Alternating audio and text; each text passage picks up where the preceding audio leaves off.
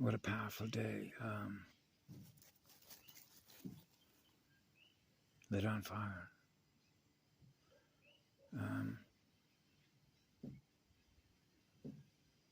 Facing your fears. Yeah, exactly. Which one are you? You could say that too. It's not funny. My mother came through the bathroom door, couldn't get in. Little did she know her son just shot up some China white heroin, and the needle didn't even get out of the arm. Okay, and I was knocked out, cracked my side of my skull. Next thing I know, I'm waking up on a gurney, with paramedics over me, hitting me up with Narcan. So I do know a lot about spiritual torture and spiritual trauma and how to heal yourself and how to heal others. Right? Because that's really what it is. As a matter of fact, from my own experiences, because my life book is all our life books are all different. Unless you're just a drill press and your whole life was nothing but going up and down every 10 seconds. And then there's a book on that. This machine performed this operation for 50 years, never failed because of the way we designed it. But that's all it ever did. Like that, right? So I am always deeply blessed, actually, to always, there is a process, even though it might seem like a structured, a lot of people call it a program. In a way it is. It's deep. What it is that the steps are done in a very simple order, but it starts with acknowledging that you got a problem. It's a spiritual problem. You got to get your spiritual house in order, bud. That means you got to get cleaned up. That's what it is. So there's a lot of different English terms for it, like cleaning your act up, right? That would be like street lingo back in the days with Chicanos, hanging out with gang members and dealing with drug dealers and CIA, because it's all a military operation. Okay. So a lot of times when you're fearless, it means you're going into experience and methods, which means you're like a guinea pig. So you're collecting data, evidence of the crimes. Okay, so you become an experiencer of the crime. Now you've experienced the crime directly. Not because somebody else told you. And you don't know if it happened because you didn't experience it directly, because you could be phasing in and out of another dimension that's not even experiencing what I am 10 seconds from now. We know how that works, right? Okay. And so that's one of the reasons, like with Patty, for example, it's like you might be experiencing that, and that's what you're aware of, but I'm not aware of that, because when you're a monopole and you're in it's like bringing in the staff, the father of life. Remember the breathing the living spirit into a girl, right? Now we're back to the little boy and the little girl holding hands, going to the tree of life creation. So you know that there has to be a male and then a female. Something about a female that lights her on fire, something on the male side that lights his on fire, to create a universe together. So that's spiritual energy. That's how powerful spirits and souls come together and just become one powerhouse of a blast furnace and be a monopole. And what happens is you end all discussion about power, which means it's not about holding on to energy. It's wanting to gift it away at the highest rate of speed. Whoa, really? Yes. Which means it's impossible for me to take energy from people, from anything. And not why, when I was a child, I was gifting it all away. And I realized this isn't going to work very well for me, because I have to accommodate this. So you acknowledge what you are in spirit energy. and how much energy's related to my oversoul, because I'm having to frequency modulate all my experiences and realize that I'm experiencing everything that everybody else is experiencing, because I mentioned that one time, right, when I was 9 years of age and I could experience a loss in voltage in a being that I couldn't see, but I was experiencing it energetically through my heart and my soul. That being was had gone into electric shock. And anybody that's worked in medics, because I did, and experience, you don't want them to go into shock. Ask anybody that's been in combat, Vietnam, for example. Okay, you don't want that blood to go into electric shock, right? I forget the name for it, but that's one of the reasons when you're an empath, me, like a mother and a father joins as one. It's like a mother that's there with her children.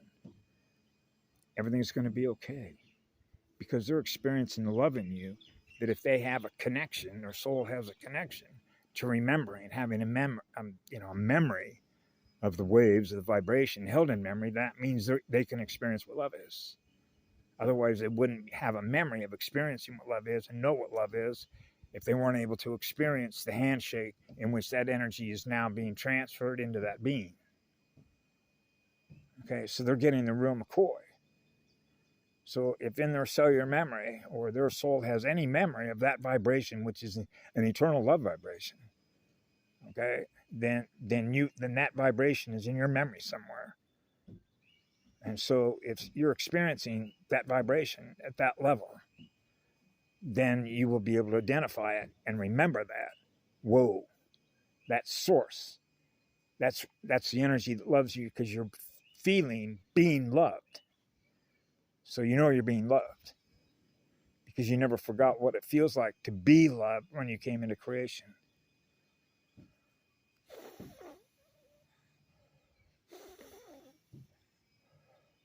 So that you know what it began with. It began with us. So if you ever lose sight of that, that's dangerous. You can't lose that. In other words, you can't not know that, but it's not a knowing, it's what you feel deeply in your heart and soul, because you still feel that. When you feel that, in other words, I don't have to think about it to feel that. So I've been wanting to go back to Southern California, and because when I saw that East LA video, yeah, I was impacted. I'm drawn to go back there.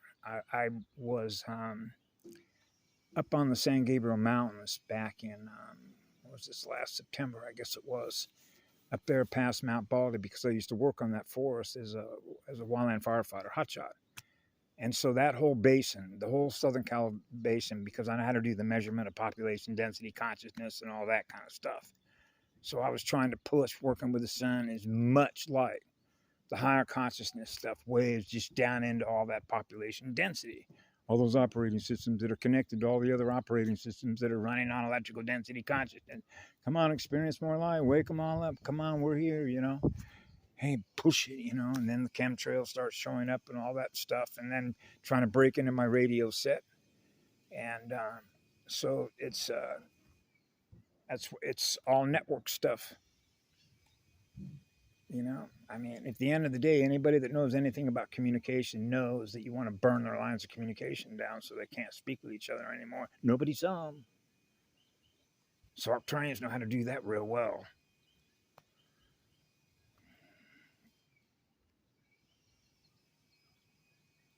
Yep. We know how to burn right through them. Burn through everything, actually.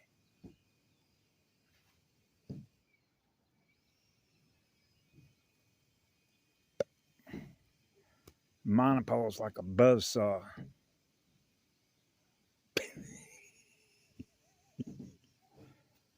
But we're always humble service. We're always at your service. We actually thrive on that. As a matter of fact, we not only thrive on it, you would be surprised, because right here on this island, about a year and a half ago, Um, the more that you can tap into some pretty unbelievable energies over here. But down at La Pahoa, you certainly can. And it was like all of a sudden being, metaphorically speaking, even though they're known as dumb thrusters, when a Saturn V rocket, when you see it go off and the hoses come off and they'll go, main burners are lit, right? And my dad worked in that all that stuff. My father was the senior design engineer working for a company called Reaction Motors, which was simply another umbrella stand for Morton Thiokol, right? With all the NASA Nazi stuff with von Braun. So my dad worked on his projects. So I picked my family, okay, to come into for very specific reasons. So if you laid out my map, right, mapping systems, how mapping systems work, it was not a predictable roadmap for obvious reasons. Okay, when you're like outside time, inside time, outside time, inside time, logging in, logging out, logging in, logging out, right? And so it's a very crooked road, and that's why it would take me forever. And I'm sure everybody who's on the other side of this would probably say the same thing. My story coming out of the other end of this, you know, even with Kim Go-Gun, when she gave a number, right? 30 some odd thousand years, I think one time is a long time. It's why we're not doing it again. We all voted on that. The multiverse, all creation decided on that because I got the communication. So you realize how many spirits, from the smallest to the biggest, that represent what love is, which is what the law is, because that's how we maintain a balance anywhere that we go, in which we're not seeking to hold any energy captive, which means not seeking to hold another unit of conscious captive, because you need its energy. That's what ends. You don't need any energy. So you don't know that you need any energy because you're always experiencing having enough energy to experience what love is. Now you're not doing any harm. So that means that's like a universe that is in love with itself, because nowhere that anybody is going in spirit where the soul is experiencing anything less than what they are, which is what love is everywhere they go, because everybody else is experiencing what love is, which is what the law is. So we know how to do that. The rain came.